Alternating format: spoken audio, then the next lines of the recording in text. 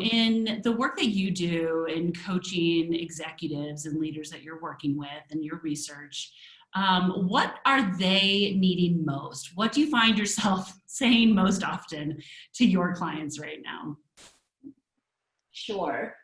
I have had so many conversations with my clients all over the world, and this pandemic is affecting everybody. Doesn't matter where you are and what country you're in. And I've heard so many challenges that the clients are experiencing.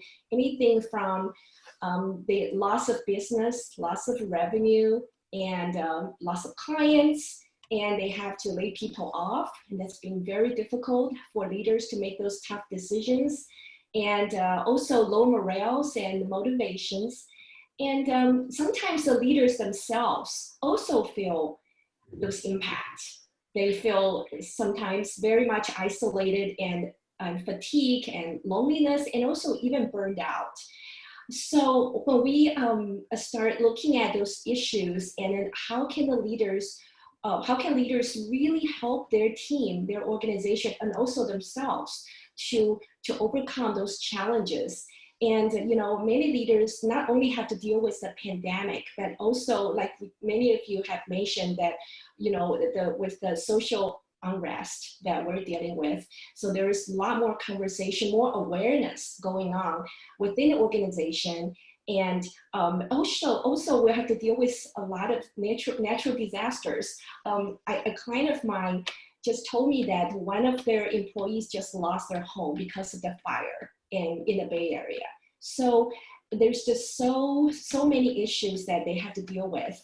And so and there was I would like to quote one of the very interesting CEO surveys that was done just recently. The question was that, what is one thing that you've learned from this pandemic?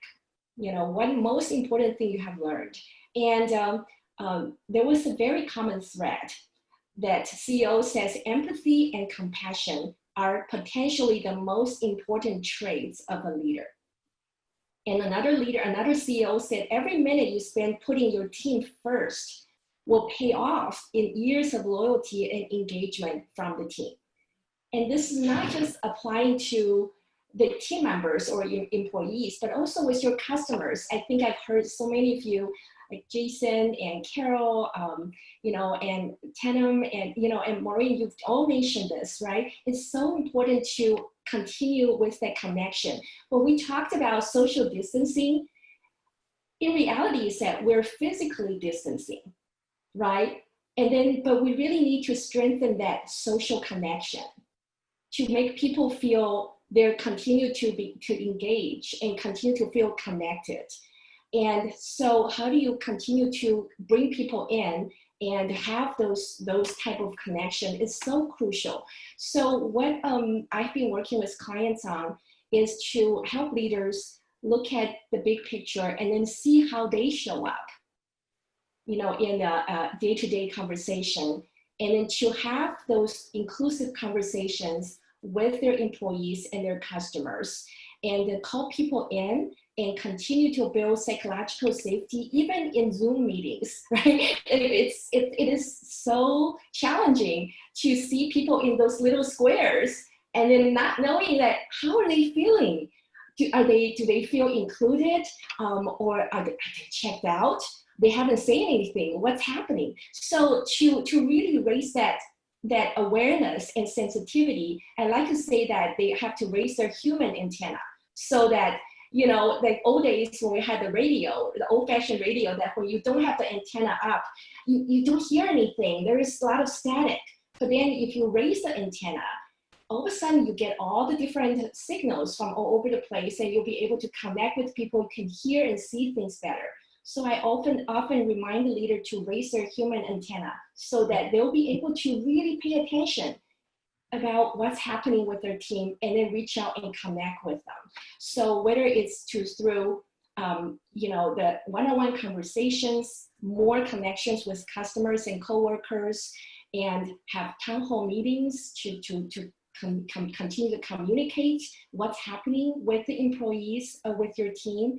And or a leader that I work with, he has actually taken the time, because he's no longer traveling on the airplane all the time. He said, I'm going to make a good use of the time that I have. And then he literally sent some of the handwritten cards to his customers, and just to check in or call people up. And then his customers were surprised, but then they were pleasantly surprised that he actually reached out to them just to check in on them. So those are things that leaders can do to really think about, how can I demonstrate empathy and compassion during this very, very difficult time.